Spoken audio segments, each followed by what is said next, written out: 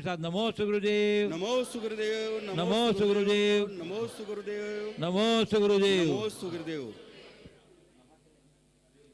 बंधुओं, अब मैं आगे के कार्यक्रम के संचालन के लिए तो प्रमोद कुमार जी कक्का शास्त्रीपुरा कटनी को आमंत्रित कर रहा हूँ। महामंत्री हमारे चतुर्मास के भी और पंचकल्याण समिति के भी महामंत्री हैं, वो संचालन करेंगे। जय बोले संत शिरोमणि आचार्य गुरुवर विद्यासागर जी महाराज की।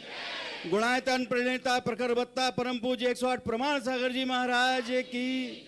परम पूज्य 108 अरय सागर जी महाराज की। जैसा कि आपको विदित है कि गुरुदेव का कटनी चातुर्मास, उसके बाद बिलहरी में पंचकल्याणक और पूरी धर्म प्रभावना करते हुए आगे की ओर विहार निश्चित हो गया और बिहार का पहला चरण आज पिपरौद से प्रारंभ हुआ। इस पिपरौद नगरी में बाहर से हमारे बहुत से श्रद्धालु पधारे हैं, उन सब का पिपरौद दिगंबर जैन समाज हृदय से आभार व्यक्त करती है। हमारे बीच में गुणायतन संरक्षक भाई प्रदीप जी, अनिल जी भदौरिया, शशांक जी भदौरा टीकमगढ़ से पधारे हैं। जोरदार तालियों के साथ हम उनका हृदय से स्वागत करते हैं और उनके सम्मान के लिए हमारे निर्देशक भाई सुभाष चंद्र जी जैन और उनके साथ विजय वैद्य मामा, अध्यक्ष जी हमारे दिगंबर जैन पंचायत के, और बिल्ला भैया हमारे वीरेंद्र भैया आ जाएं। जोरदार तालियों के साथ उनका हृदय से सम्मान। और आगे के क्रम में मैं गुणायतन ट्रस्टी श्री अखिलेश जी मीना जी सतभैया हमारे बीच में टीकमगढ़ से पधारे हैं। जोरदार तालियों के साथ उनका सम्मान और उनके सम्मान के लिए संयोजक महोदय प्रेमचंद जी एन प्रेमी भैया,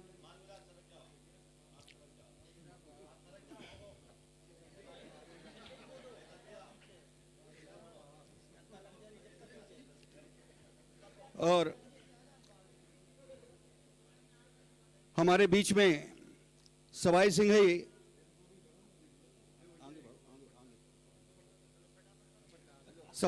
अनुराग जी हमारे बीच में है और कटनी में पूरी क्षेत्र की बाउंड्री वाल के लिए जिन्होंने संकल्पित हैं, चातुर्मास के हमारे सह संयोजक भी हैं और पूरा परिवार पिताजी से लेके और पूरी माता श्री और भाई श्री सारा का सारे परिवार गुरुचरणों में समर्पित है। जोरदार उनके सम्मान में तालियां। सवाई सिंघई अनुराग जी जैन ऐसे आ जाओ। और इनके सम्मान के लिए भाई प्रेमी जी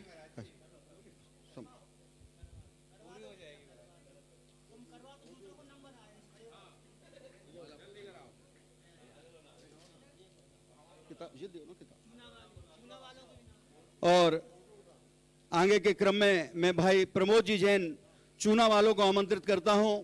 बिलहरी पंचकल्याणक में जिन्होंने पूरे मनोयोग से पूरी विशुद्धि के साथ और चातुर्मास में महाराज जी यहाँ तो पूरी प्रतिमा विराजमान करने में 2 दिन का पूरा ऐसा समय लगाया और इतनी विशुद्धि के साथ प्रतिमा विराजमान करी कि जिसको मदन नहीं कर रहा था कि मैं कहाँ कैसे उठाऊंगा, उन सारी प्रतिमाओं को इन लोगों ने विराजमान कराया। जोरदार तालियों के साथ इनका हृदय से सम्मान।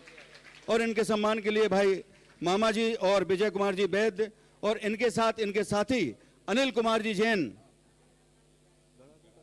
गढ़ाकोटा, अनिल कुमार जी जैन गढ़ाकोटा इनके सहयोगी रहे और पूरी मशीनों के साथ प्रतिमा तो यूं विराजमान हो गई जैसे फूल सी।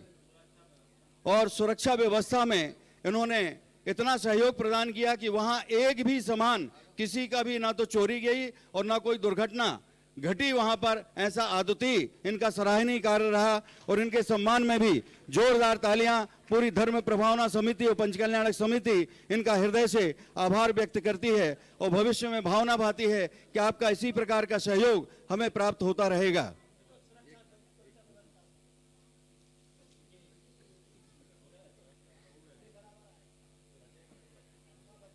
और आगे के लिए मैं बाबा जी को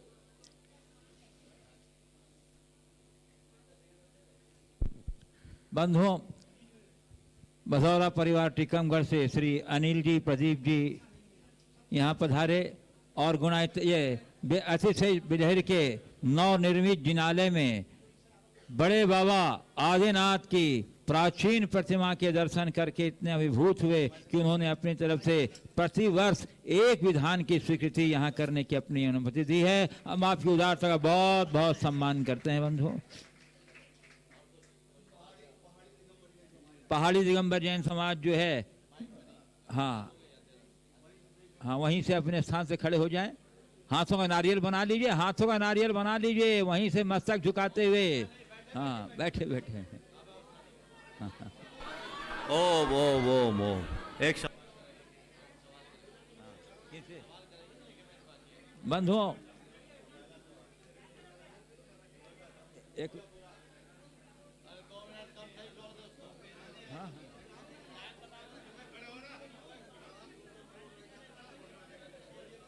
बंधुओं, अपूर्व उत्साह है यहाँ पिपरौद वासियों में देख रहा हूँ, और निकटवर्ती ग्रामों के सभी लोग।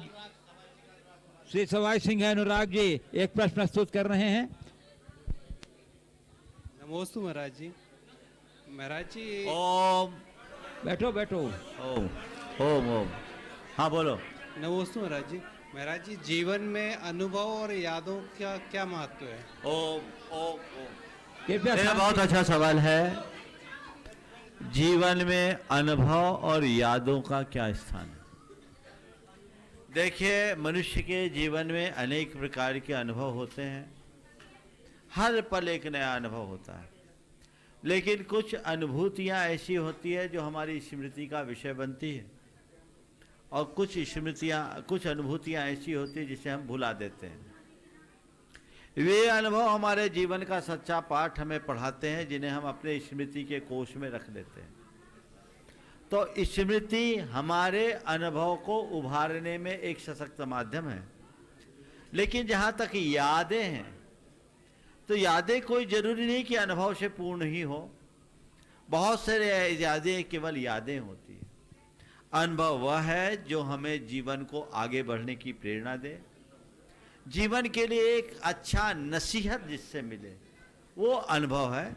इसलिए हमें अपने अनुभवों को संभाल कर रखना चाहिए, और पुराने अनुभवों की मीठी स्मृतियों को साथ रखना चाहिए। गुरुदेव ने बहुत अच्छा हाइकू लिखा, कुछ स्मृतियाँ आग उगलती तो कुछ सुधासी। कुछ स्मृतियाँ आग उगलती तो कुछ सुधासी। तो कुछ सुधासी जो स्मृतियाँ हैं, उन्हें बचा के रखना चाहिए, अपने जीवन के अच्छे अनुभव को बना करके चलना चाहिए। श्रीमती रीता जैन कटनी, और उसके बाद तैयार रहेंगे श्री विवेक शोभना जैन पिपरौद। चलिए जल्दी।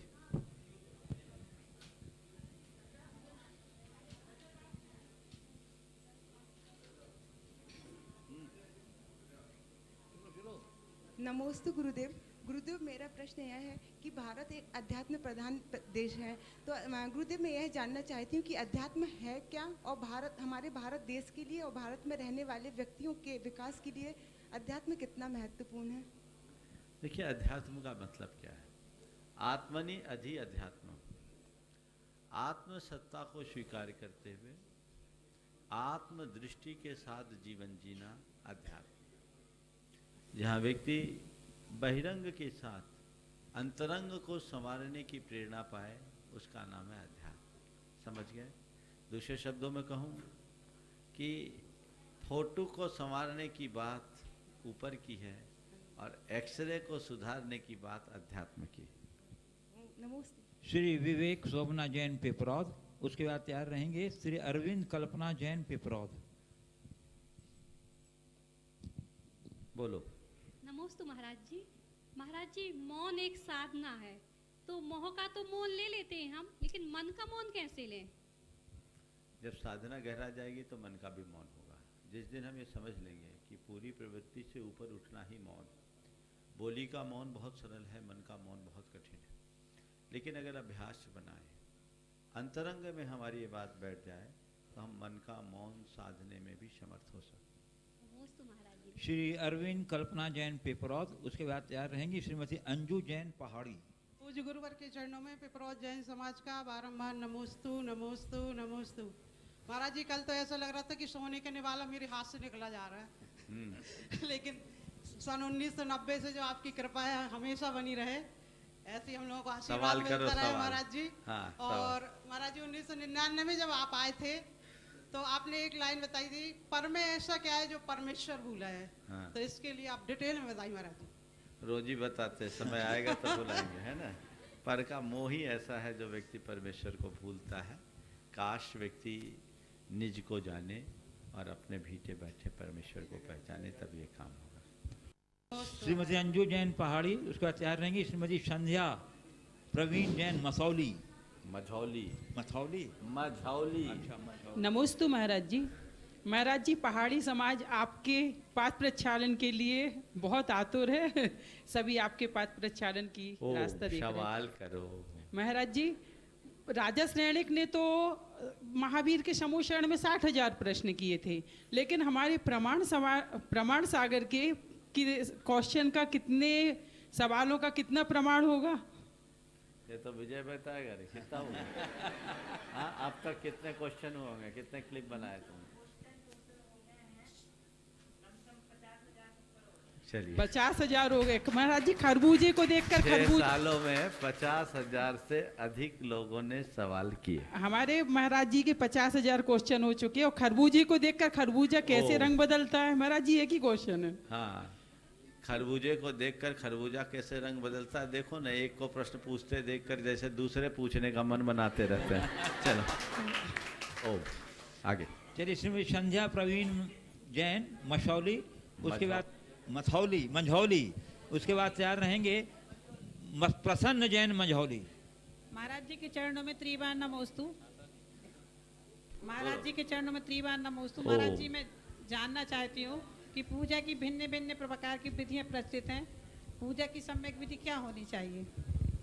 देखिए, जो हम लोग परंपरागत तरीके से पूजा कर रहे हैं उसी विधि से पूजन करना चाहिए। इस विषय में मैंने अनेक बार प्रकाश डाला है। आज उसकी चर्चा करना मुझे समयोचित प्रतीत नहीं होता। जो हम आह्वान, स्थापन, सन्निधिकरण, पूजन और विसर्जन, जो पूजा इनके 5 अंग है, उससे पूरा अभिषेक होता है। इन 5 अंगों के साथ जो पूजा की प्रक्रिया है वही पूजा सम्यक पूजा है। चलिए प्रसन्न जैन मंझौली, इस बात तैयार महाराज रहेंगी श्री नमोस्तु, कुमारी नमोस्तु, कृति नमोस्तु। जैन बिलहरी। महाराज श्री, दान का महत्व पैसे से ही है या सेवा से? दोनों में से पुण्य का बंध किस में ज्यादा है? देखिए, पैसे का दान होता है, सेवा में योगदान होता है। क्या बोला? पैसे का दान है, सेवा में योगदान है। दान का अपना महत्व, योगदान का अपना महत्व। ध्यान रखना, मुझसे पूछोगे तो मैं दान से बड़ा योगदान मानूंगा, क्योंकि दान देने वाले बहुत मिल जाएंगे, योगदान देने वाले बिरले। इसलिए क्या करें? दान दो, दान न दे सको तो योगदान दो, और धन हो तो दान भी दो और योगदान भी दो।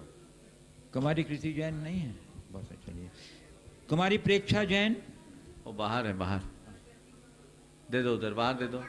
बाहर दे दो। हाँ, कुमारी कृति जैन बिलहरी, उसके बाद तैयार रहेंगी कुमारी प्रेक्षा जैन। ओ, बोलने दो, वहीं से बोलो। बोलो बोलो बोलो। हाँ, महाराज जी के चरणों में त्रिवार नमोस्तु नमोस्तु नमोस्तु। महाराज जी, मेरा प्रश्न यह है कि मैंने एक बात नोट की है कि जो सच्चा, सीधा और ईमानदार आदमी होता है उसकी इज्जत 0 है, और जो झूठ बोलता है कहीं ना कहीं बेईमानी भी करता है और कहीं ना कहीं दिखावा भी करता है, और वह सबका हीरो है। तो ऐसे व्यक्तियों के लिए आपके क्या संदेश हैं? ये बताओ, हमको 0 मानते हो कि हीरो? बोलो। हीरो है महाराज जी। हाँ? हीरो है। तो हम क्या झूठ बोलते हैं? नहीं, बेईमानी करते हैं? उत्तर महाराज जी तुम्हारे आपके लिए सामने तो आ गया। प्रश्न ही नहीं है ये। हाँ, हमें नहीं है। चलो थोड़ा नीचे आ जाते महाराज हैं। जी, बाबा जी, शावकों के लिए है। ये बाबा जी सुन लो। झूठा व्यक्ति अगर एक पल के लिए हीरो बन भी जाए तो 0 बनने में उसे देर नहीं लगती, लेकिन सच्चा व्यक्ति हमेशा हीरो ही नहीं, हीरा होता है। लोग उसकी पूजा करते हैं। नमोस्तु। इसलिए सच के मार्ग पर चलने के लिए सतत उत्साहित रहना चाहिए। नमोस्तु महाराज जी, नमोस्तु। कुमारी प्रेक्षा जैन, उसके बाद तैयार रहेंगे अरिंजय जैन पिपरौद। नमोस्तु महाराज जी। महाराज जी मेरा प्रश्न है कि परिस्थिति के अनुरूप भावनाएं होनी चाहिए या भावनाओं के अनुरूप परिस्थितियों को मोड़ना चाहिए? देखिए, दोनों चीज़ें होती हैं। हमें जैसी परिस्थिति हो उसके अनुरूप अपने आप को ढालने की सामर्थ्य विकसित करनी चाहिए, क्योंकि परिस्थितियां हमारे अनुरूप नहीं हैं, पर हम अपने मन को परिस्थितियों के अनुरूप बना सकते हैं। वे लोग भाग्यशाली हैं जिनकी परिस्थितियां उनके मनोनुकूल होती हैं, पर ऐसा यदा कदा ही होता है। यदि हमारी मनोनुकूल परिस्थितियां हों हम उसका लाभ उठाएं, पर परिस्थितियां यदि मनोनुकूल न हो और ये दिखता हो कि परिस्थितियों को बदल पाना संभव नहीं है, तो अपने मन को बदल दें, परिस्थितियां अपने आप ठीक हो। अरिंजय जैन पिपरौद, उसके बाद तैयार रहेंगी श्रीमती किरण जैन बिलहरी। महाराज जी नमोस्तु नमोस्तु नमोस्तु। मेरा प्रश्न ये है कि महाराज जी जब किसी के यहाँ सूतक लग जाती है तो मांगलिक कार्यों में कितने दिन तक नहीं जाया जाता और क्यों? देखिए, सूतक अगर किसी के यहाँ लगता है तो जितने दिन का सूतक है उतने दिनों तक मांगलिक कार्य नहीं। जैसे जन्म का सूतक 10 दिन का होता है, मरण का सूतक 12 दिन का होता है, 13वें दिन शुद्धि हो गई तो फिर वो व्यक्ति मांगलिक कार्य कर सकता है। शास्त्रों के अनुसार तो स्पष्ट लिखा है, पात्र दान और देव पूजा से ही शुद्धि होती है। अपने यहाँ विधान करते हैं, शांति विधान, और उसी दिन दान की घोषणाएं करते हैं। यानी अब सूतक पूरा हो गया, शुद्धि हो गई, दान पुण्य का कार्य करके आप मांगलिक कार्य करें। लोक में एक परंपरा बन गई है, किसी के यहाँ गमी होती है तो 40 दिन तक लोग नहीं जाते। ये एक लोक परंपरा है, इसका हमारा कोई शास्त्रीय आधार नहीं है। तो भूमिकानुरूप कार्य करना चाहिए और ज़्यादा खींचतान नहीं करना चाहिए। कई जगह तो ऐसी कुपरंपरा है कि किसी की पति मर गया तो धर्मपत्नी को 40 दिन तक मंदिर भी नहीं जाने देते। ये गलत बात है, ऐसा कोई शास्त्रीय विधान नहीं है। तीसरा होने के दिन से वो मंदिर जा सकती हैं और 12वें के बाद 13वें दिन से वे भगवान की पूजा अर्चा सब कर सकती हैं।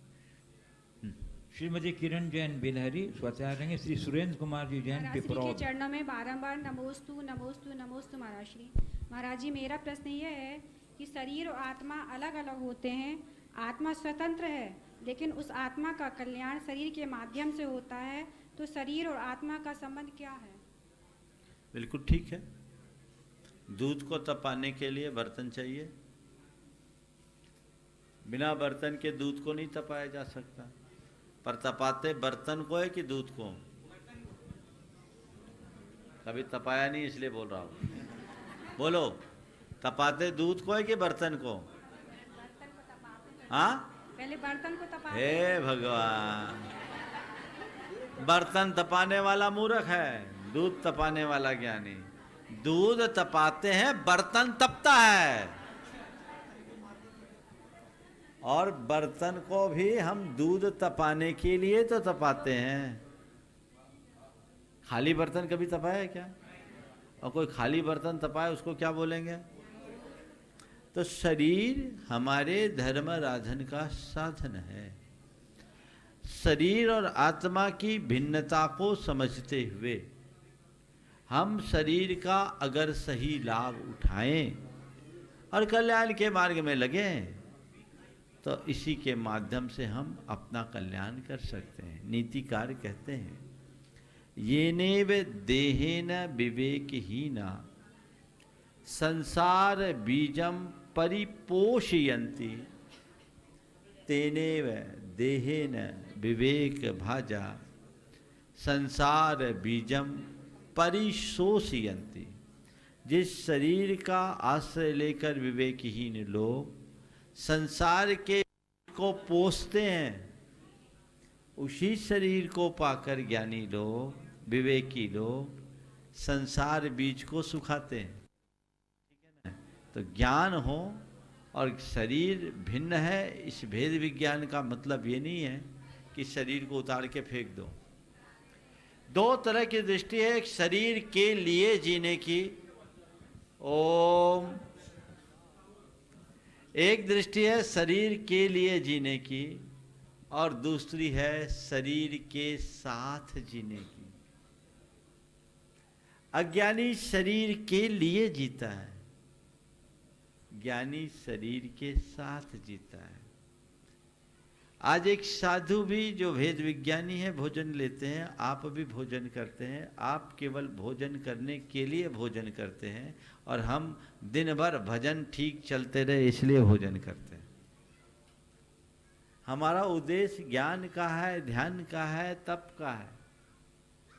तो इसी तरह से अपनी दृष्टि विकसित करके काम कर सकते हैं। श्री सुरेंद्र कुमारी जैन पिपरौद, उसके बाद तैयार रहेंगे श्री प्रमोद जैन मंझौली।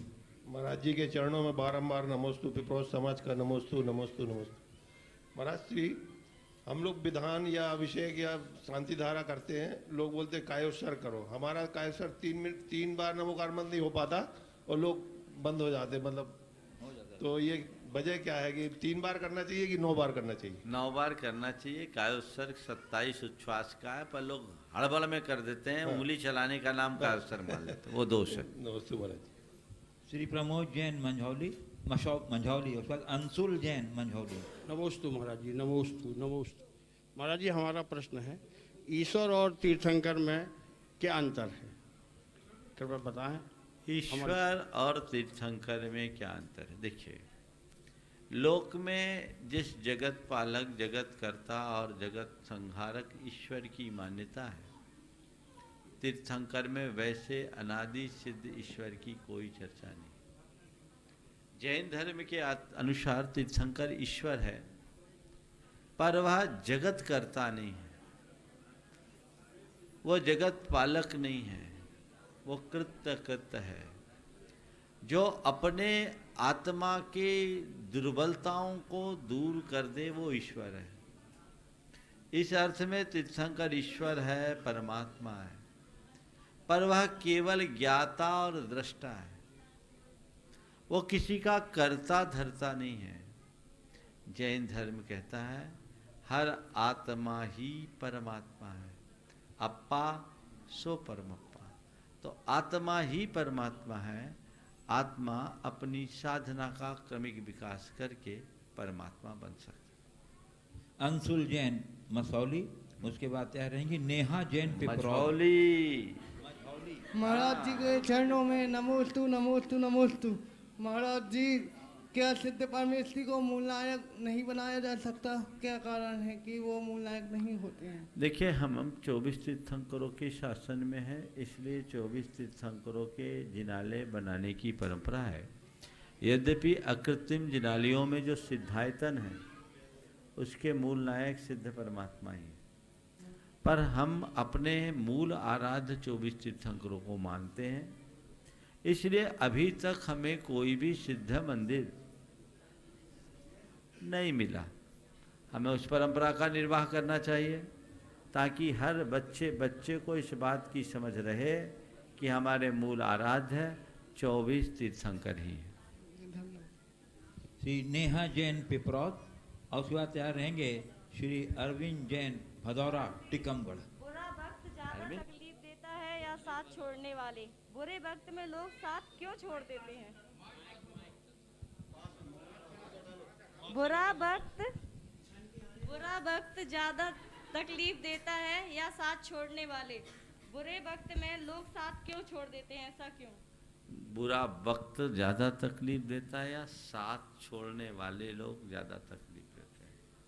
मेरी दृष्टि में न तो बुरा वक्त हमें तकलीफ देता है, न ही साथ छोड़ने वाले लोग हमें तकलीफ देते हैं। हमारे मन का असंतुलन ही हमें तकलीफ देता है। कितना भी बुरा वक्त हो, यदि तुमने अपने मन में स्थिरता रखी तो बुरा वक्त भी बहुत शांति से गुजर सकता है। लोग तुमसे कितना भी धोखा करे, दगा करे, साथ छोड़े, तुमने अपनी अपेक्षाएं कम कर ली और उससे अप्रभावित रहे, तो तुम अपना सब कुछ कर सकते हो। देखो, अंजना का उदाहरण आपके लिए देता हूँ, चूंकि आप एक नारी हो। अंजना के जीवन में बुरा वक्त का दौर आया, बुरा वक्त दिया, दुख दिया अंजना को दुख दिया। अंजना का सबने साथ छोड़ा, पति के घर से निकाली गई, पिता के घर का दरवाजा बंद हुआ, बुरा वक्त भी आया और लोगों ने भी साथ छोड़ा। लेकिन अंजना ने उस घड़ी क्या किया? किसी पर आरोप लगाया, किसी पर दोषारोपण किया, रोई गाई, डिप्रेशन में चले गई। क्या किया? क्या किया? ये कर्म का उदय है, ये दुसंयोग आया है।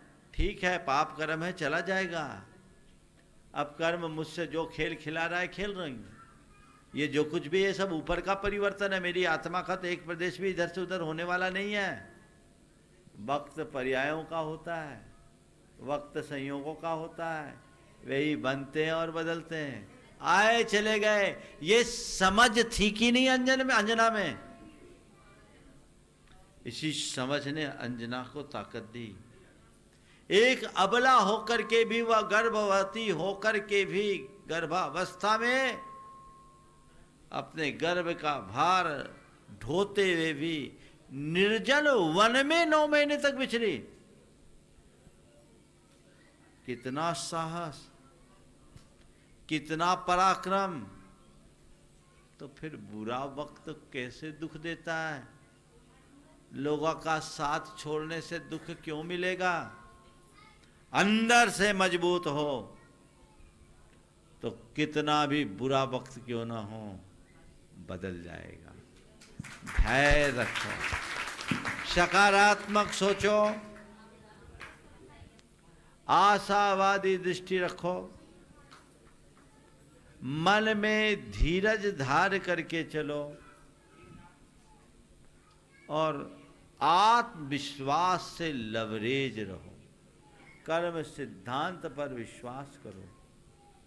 कैसा भी बुरा वक्त आए बदल जाएगा। मेरे संपर्क में ऐसे अनेक लोग हैं जिन्होंने अपने जीवन में घोर दुर्दिनों का सामना किया। अब अंजना तो पुराना संस्करण है, मैं एक नई बात बताता हूं। एक व्यक्ति को उसके भाई ने बड़ा धोखा दिया, सब कुछ हड़प लिया, उसको कुछ भी नहीं दिया। उसके लिए एक बहुत बड़ा चैलेंज था।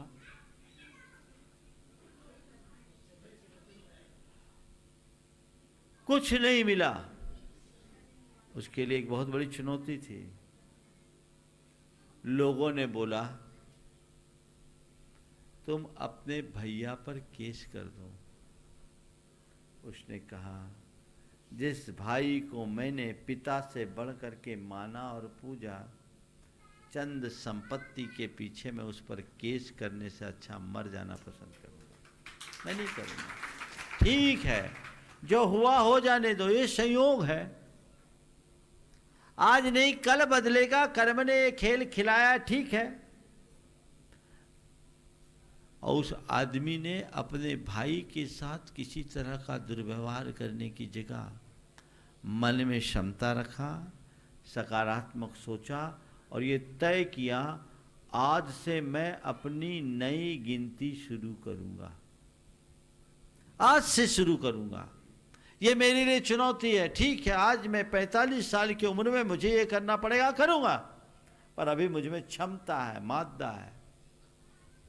वो बिल्कुल नकारात्मक दिशा में नहीं गया। गुडविल उसकी थी, दोस्त उसके साथ आए, व्यवहार बहुत अच्छा था, सोच अच्छी थी। दोस्त उसके साथ आए, उसने एक कंपनी बनाई रियल एस्टेट की। सन 2002 की बात बता रहा हूं। हुनर उसके पास था, पैसा भले नहीं था पर बैकग्राउंड अच्छा था। सारे दोस्तों की सहायता के बाद वो 2004 से 7 का जो बूम आया, आज वो आदमी अरबपतियों की श्रेणी में आ गया है। ये सोच है। वक्त बुरा आता है, लोग साथ देते हैं, छोड़ते हैं, ये आरोप की भाषा है। कितना भी बुरा वक्त है बदल जाता है, ये आत्मविश्वास की भाषा है। इसलिए लोग कितना भी साथ छोड़े, वक्त सबको सुधार देता है, ये सोच हमें रखनी चाहिए। इसलिए कभी ना घबराएं। गुणायतन सेवा सेंटर ट्रस्टी श्री अनिल भदौरा टिकमगढ़ और आचार्य रहेंगे गुणायतन ट्रस्टी श्री प्रदीप जी भदौरा टिकमगढ़, संरक्षक गुणायतन। नमोस्तु महाराज जी। तीनों हो जाओ एक साथ। नहीं बेटा खड़े रहे, खड़े रहे।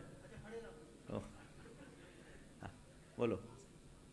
महाराज जी, एक परंपरा देखी है अभी कुछ समय से जैन समाज में कि इतने कार्यक्रम होते हैं, उन कार्यक्रमों में लोग करोड़ों रुपए की बोली लेते हैं और एक जगह नहीं कई जगह करोड़ों रुपए की बोली लेते हैं।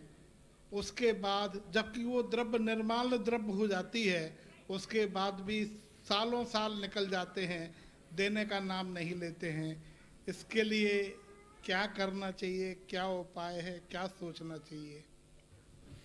देखिए, बोली बोलना, दान देना बहुत ही अच्छी बात है और दान से गृहस्थ की शोभा होती है, दान देना चाहिए। लेकिन दान शक्ति के अनुसार देना चाहिए, उदारता पूर्वक देना चाहिए। दान जब कभी भी दो, खुद आगे होकर तय समय पर पूरा करो। दो तरीके से दान होता है। एक दान तो तुरंत दान, महाकल्याण। लेकिन कई बार बड़े अवसर आते हैं और दान देने की स्थिति होती है, तो उस समय व्यक्ति को पहले ये देखना चाहिए कि आज के समय की मेरी स्थिति क्या है, रेकरिंग इनकम क्या है।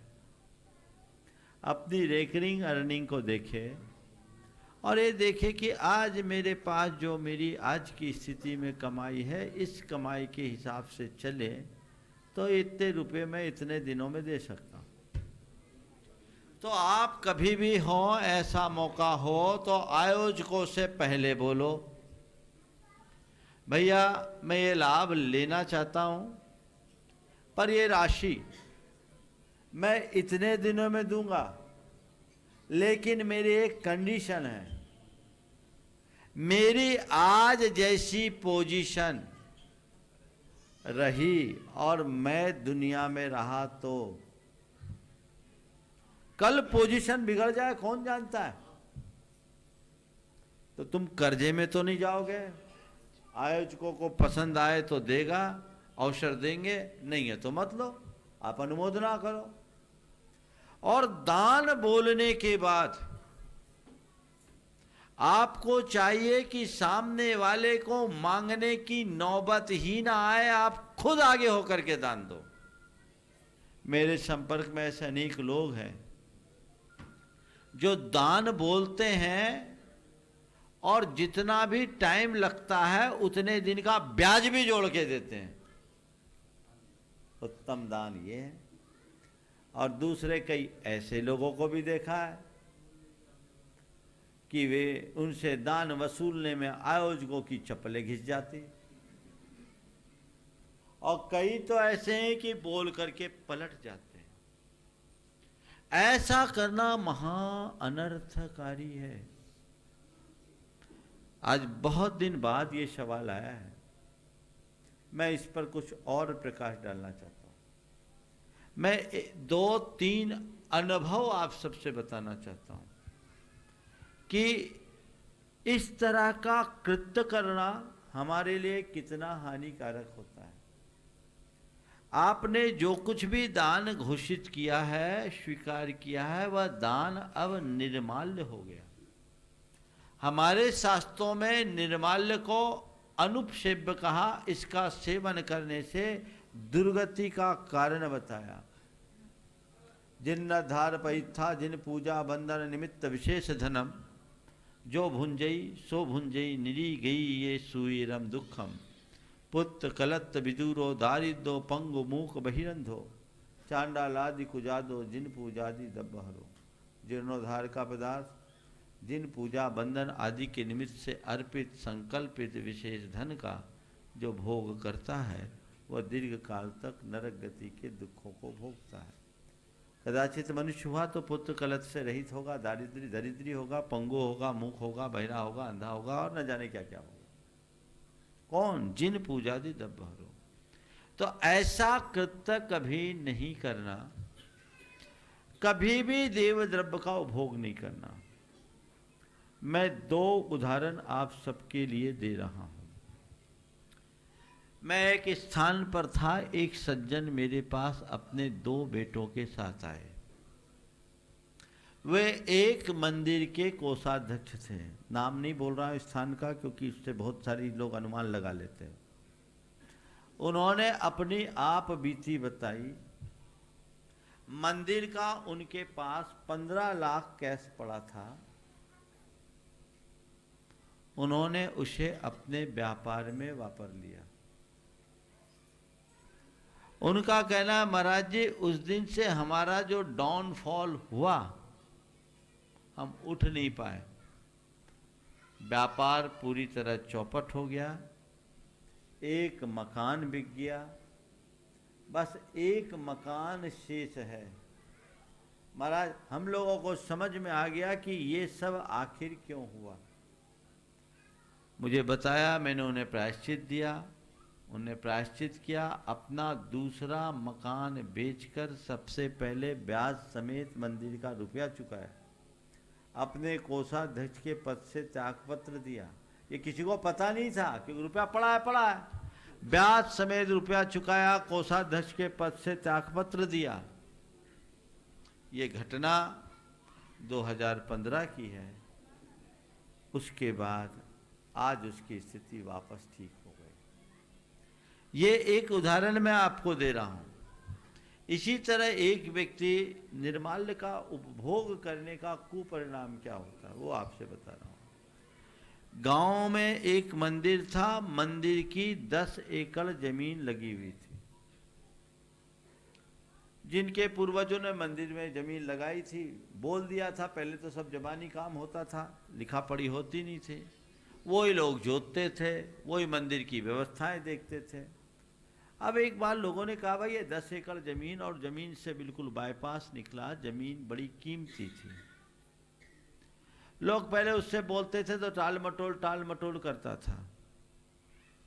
जब लोगों ने ज्यादा दबाव डाला तो बोला, भैया जमीन तुम्हारी है कहाँ? जमीन तो हमारी है, तुम्हारी है तो हमें कागज बताओ। उसने जब ये बोला तो किसी के पास कोई कागजात तो थे नहीं।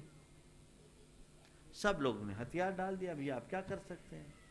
लेकिन संयोग, उसने जिस साल ये बात बोला उस साल उसके साथ 3 बड़ी ट्रेजेडी हुई। उसके 2 बेटे थे, दोनों बेटे स्कूटर के एक्सीडेंट में ट्रक के नीचे आगे चले गए। दोनों बेटे चले गए। पत्नी की एक किडनी खराब हो गई और उस साल उसने चने का स्टॉक किया था तो 20 लाख का नुकसान हुआ। इतनी बड़ी दुर्घटना, मुझे नहीं मालूम कि उसी के कारण हुआ या नहीं हुआ, लेकिन ऐसा हुआ वो मैं आपको बोल रहा हूं। वो तो सर्वज्ञ भगवान जानते क्या होगा। हो सकता है कई लोग ऐसा करें और उसको ना भी हो, पुराना कोई पुण्य बैलेंस में हो तो चल जाएगा, लेकिन कहीं ना कहीं तो भुगतेगा। वो मेरे पास आया, एकदम डिप्रेशन में था। महाराज अब मैं क्या करूं? हम बोले बता तू किसके मुंह में कर रहा? उसकी खुद की 150 एकड़ जमीन थी, पर तृष्णा किसी को नहीं छोड़ती।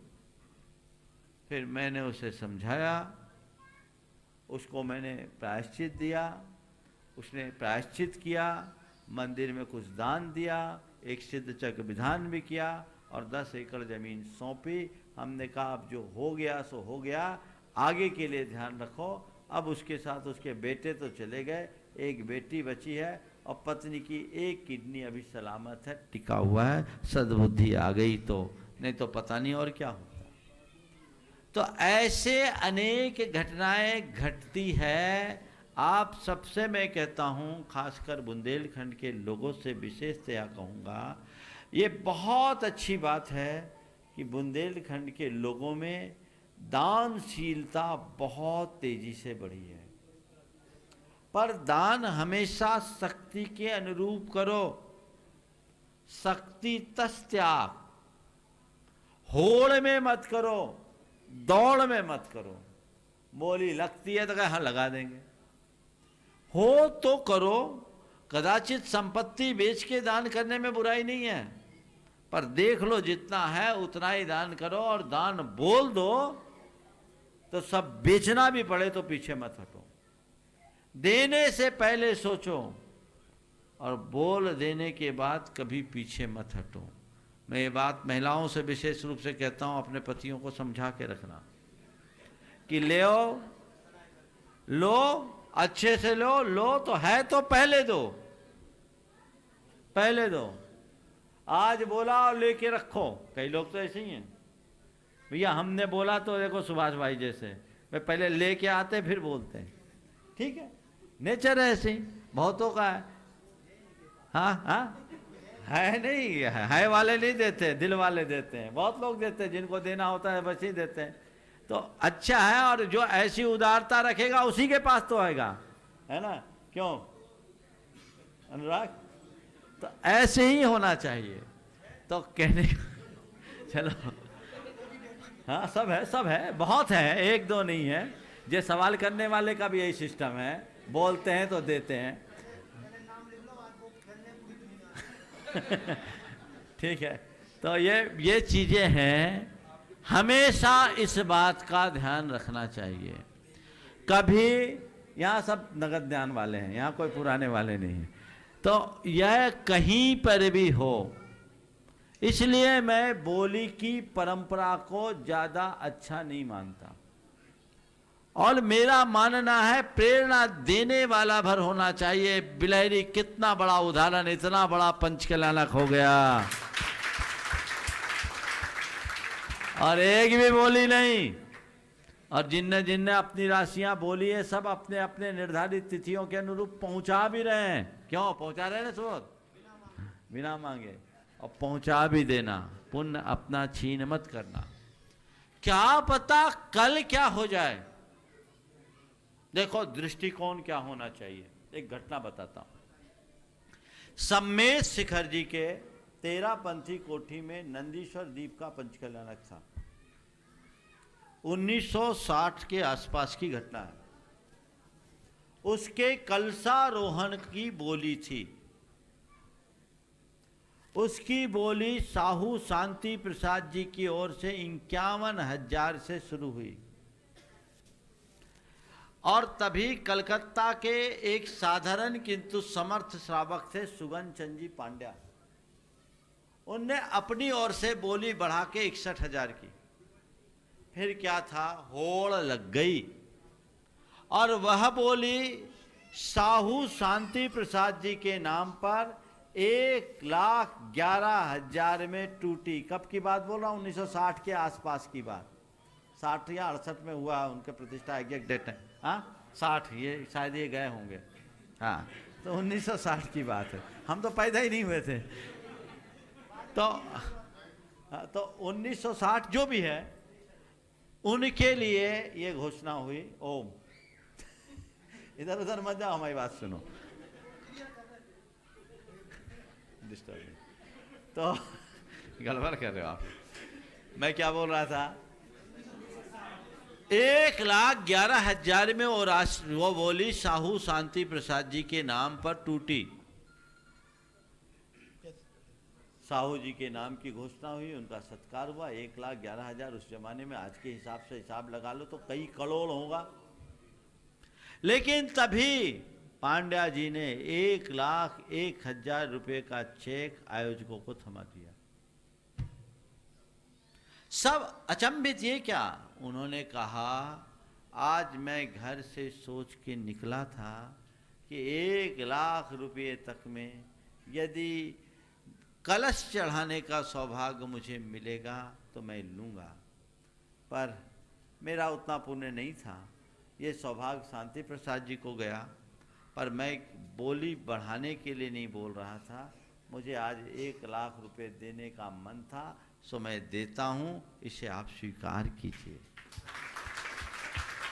समाज के लोग उनका अभिनंदन करना चाहें, सम्मान करना चाहें, उन्हें इनकार किया, बोले नहीं, ये मेरे लिए निर्माल्य हो गया, मैं निर्माल्य के मूल्य पर सम्मान नहीं चाहूंगा। साहू जी ने कहा कलश आप चढ़ा लीजिए। पांड्या जी ने कहा नहीं, समाज की मान्य परंपरा के अनुरूप बोली आपके नाम पर खुली है, तो ये कलश चढ़ाने का अधिकार केवल आपको है। तब साहू जी ने मंच पर आकर कहा कि भले ही बोली के माध्यम से कलश चढ़ाने का सौभाग्य मुझे मिल रहा है, पर आपने निर्माल्य की नई परिभाषा देकर पूरी समाज पर कलश चढ़ा दिया है। हम नमस्कार। फिर उनका भी हाथ लगा उसमें। तो ये आदर्श है, ये हमारी परंपरा है। तो ऊंची सोच रखोगे तो ऊंचा परिणाम मिलेगा। तुम लोग बनते हो बनिया, लगाना चाहते नहीं हो, पाना सब चाहते हो, नहीं होगा। लगाओगे तभी पाओगे। एक भगत भगवान के चरणों में बार बार गिड़गिड़ा रहा था, हे भगवान मेरी 1 करोड़ की लॉटरी खुलवा दे, हे भगवान मेरी 1 करोड़ की लॉटरी खुलवा दे। बहुत देर से गिड़गिड़ा रहा था, हे भगवान मेरी 1 करोड़ की लॉटरी खुलवा दे, 1 करोड़ की लॉटरी खुलवा दे। थोड़ी देर बाद भगवान प्रकट हुए और खींच के एक चांटा मार दिया। उसका दिमाग झन्ना गया, बोला भगवान ये क्या? एक चांटा खींच के भगवान ने कहा बंदे मैं 1 करोड़ की लॉटरी खुलवाने को तैयार हूं, तू 1 रुपया का टिकट तो दिखा। 1 रुपये का टिकट लोगे नहीं, 1 करोड़ की लॉटरी खुलवाना चाहोगे, न भूतो न भविष्यति। इसलिए आपने बहुत सामयिक सवाल किया है, इस पर ध्यान देना चाहिए। गणाचंद संरक्षक श्री प्रदीप जी बदौलत टेकमगढ़, और उसके बाद तैयार रहेंगे श्री प्रमोद कुमार जी कक्का, कटनी शास्त्री परिवार। नमस्ते महाराज जी। मेरा सवाल ये है कि जब भी हम कोई बिजनेस करते हैं, कोई काम करते हैं, तो लोगों के ऊपर ट्रस्ट तो करना पड़ता है। तो हम किस तरीके से डिसाइड करें कि किसके ऊपर कितना ट्रस्ट करना है, कितना नहीं करना है? बहुत सुंदर। विश्वास रखो पर अंधा नहीं। विवेक के साथ आदमी को परखो, समझो। हर किसी पर शंका करना ठीक नहीं, पर अंधा विश्वास करना भी ठीक नहीं। सोच समझ कर बात करो, देख समझ कर बात करो, कौन कितना है क्या है, वैसा समझ करके जब आप बात करोगे तो ठीक होगा। आदमी को कई बात में परख लो, नहीं तो कई बार बड़ा गड़बड़ हो जाता है। एक नौकर ने मालिक से कहा हम आपके यहाँ 30 बरस से सेवा कर रहे हैं, आपने आज तक हम पर विश्वास नहीं किया। मालिक ने कहा अरे तुझ पर विश्वास नहीं होता तो तुझे चाबियां थोड़ी सौंपते, चाबियां थोड़ी सौंप देते। कहा मालिक आपने चाबी तो सौंपी पर उसमें से एक भी नहीं लग रही। समझ गए ना? तो ऐसा विश्वास करो ताकि दोनों तरफ से टाइट रहो।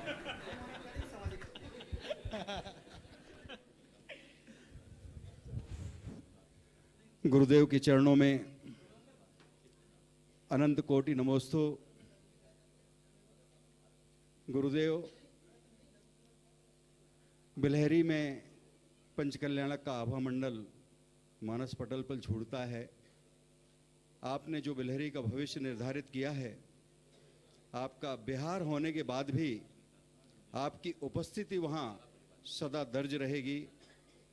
विधान के माध्यम से और वहाँ की भविष्य निधि के माध्यम से बिलहरी आपका ऋणी है, कभी आपको मानस पटल से कभी ओझल नहीं कर सकता। गुरुदेव, आपके चरणों में बिलहरी समाज का अनंत कोटि नमोस्तु है, और आज पिपरोस समाज भी धन्य हो गई। बहुत समय से आपके समक्ष जुड़ी हुई थी। कल सब लोग आपके चरणों में निवेदन करने गए तो बड़ी सहजता से आपने निवेदन स्वीकार किया। बिलहरी भी 4-5 घर की समाज है और पिपरोस भी 4-5 घर की समाज है। इतनी छोटी समाज का भी इतना वात्सल्य आपको मिल जाता है, निश्चित ही धन्य हैं वे लोग जो आपका वात्सल्य पाके कृतकृत हो जाते हैं। गुरुदेव, इस जगत में नजर का तो फिर भी इलाज है, लेकिन नजरिए का क्या इलाज है, ये आपके माध्यम से जानना चाहता हूं। देखिए, सबसे पहली बात आपने बिलहरी और पिपरौत की बात की, तो बिलहरी और पिपरौत का नाता है। मैं पहले भी यहाँ आया तो पिपरौत बिलहरी से ही आया, और ये कहने को पिपरौत छोटी जगह है, पंच कल्याणक कजरत के बाद कटनी के 1998 में हम यहाँ 19 दिन रहे और 4 घर की समाज ने जो सेवा की, तो फिर मुझे भी लगा कि चलो इनका हक बनता है, दे देना चाहिए। जय गुरुदेव। हालांकि इसके पीछे हमें अपनी गाड़ी को घुमाना पड़ा, लेकिन निश्चित मानूंगा कि पिपरौत वालों का पुण्य प्रबल है। छोटी समाज है, लेकिन छोटी समाज में भी उत्साह बहुत है, और कहीं आजू बाजू वाले कम नहीं है, पहाड़ी वाले भी बहुत मजबूत हैं। लेकिन मैं पिपरौत और पहाड़ी को एक ही मानता हूँ, अलग अलग नहीं मानता, इसलिए दोनों को बराबर लेकर चलना चाहिए। अब मूल विषय पर आते हैं। नज़र का तो इलाज है, नजरिए का इलाज क्या हो? सुनो सुनो सुनो सुनो, अब बता रहा हूँ। नज़र का इलाज डॉक्टर करता है, नज़र का इलाज डॉक्टर करता है, और नजरिए का इलाज संत करते हैं। समझ गए? डॉक्टर तुम्हारे नज़र की शल्य क्रिया करेगा, और संत तुम्हारे नजरिए की शल्य क्रिया करेंगे। हम अगर आँखों में चुभन होती हो तो आँखों में ड्रॉप डाला जाता है, हमारी चुभन कम हो जाती है, ठीक हो जाती है। जब हमारे मन में चुभन होने लगे, नजरिया हमें दुख देने लगे, तो कुछ सदुपदेश की बूंदें अपने अंतर मन में डाल दें, हमारा दृष्टिकोण भी ठीक हो सकता है। नमस्ते गुरुदेव। नमस्ते। सुभाष। आमंत्रित कर रहा हूँ श्री सेठ सुभाष जी कटनी, जो निर्देशक रहे हैं गुरुदेव के कटनी चातुर्मास निदेशक, हाँ चातुर्मास के निर्देशक, हाँ और पंच कल्याणक प्रतिष्ठा के भी निदेशक रहे हैं, और मैं उन्हीं के साथ संयोजक चातुर्मास कमेटी और पंच कल्याणक समिति के श्री प्रेमचंद जी प्रेमी कटनी को भी आमंत्रित कर रहा हूँ कि वो भी आ जाएं साथ में, और अध्यक्ष हमारे श्री संतोष जी मालगुजार, जो कटनी पंचायत के भी अध्यक्ष हैं, हर समिति के अध्यक्ष हैं। आ जाइए सर। अखिलेश भैया का नाम, ठीक, अखिलेश भैया, बोलो जल्दी, सवाल तो करो, जो काले हैं आप पूछो। महाराज जी, कक्का ने बहुत अच्छी बात कही, नजरिए का क्या इलाज है। तो आपने नजरिए भी वैसे ही कह दिया। एक्चुअली नजरिया है क्या? बहुत सुंदर। नजरिया का मतलब है हमारा अपना दृष्टिकोण, जो हमारी सोच से निर्मित होता है। हम क्या सोचते हैं, कैसा सोचते हैं, कैसा देखते हैं, उस पर नजरिया है। तो हमारे अंदर की दृष्टि जब तक न बदले तब तक हम जीवन को नहीं बदल सकते। सत्पुरुषों की शरण में आकर हम अपने दृष्टिकोण को बदल सकते हैं। मैं आमंत्रित कर रहा हूँ गुणायतन ट्रस्टी श्री अखिलेश जी सदभैया टीकमगढ़। महाराज जी के चरणों में टीकमगढ़ समाज का त्रिवार नमोस्तु नमोस्तु नमोस्तु। महाराज जी, लौकिक कार्य के लिए और फालतू कामों के लिए हमारे पास खूब समय रहता है, और धार्मिक कामों के लिए कहते हैं कि हमारे पास अभी समय नहीं है। ऐसे में हमारा कैसे उद्धार होगा? देखिए, जिसकी जहाँ रुचि होती है वहाँ के लिए उसका समय होता है। जिनकी लौकिक कार्यों में रुचि है उसके लिए उनका बहुत समय है, जिनकी धार्मिक कार्यों में रुचि उनके अंदर उनके लिए धार्मिक कार्यों में समय है। तो रुचि जगाओगे तभी बेड़ा पार होगा, रोना रोने से कुछ नहीं होगा।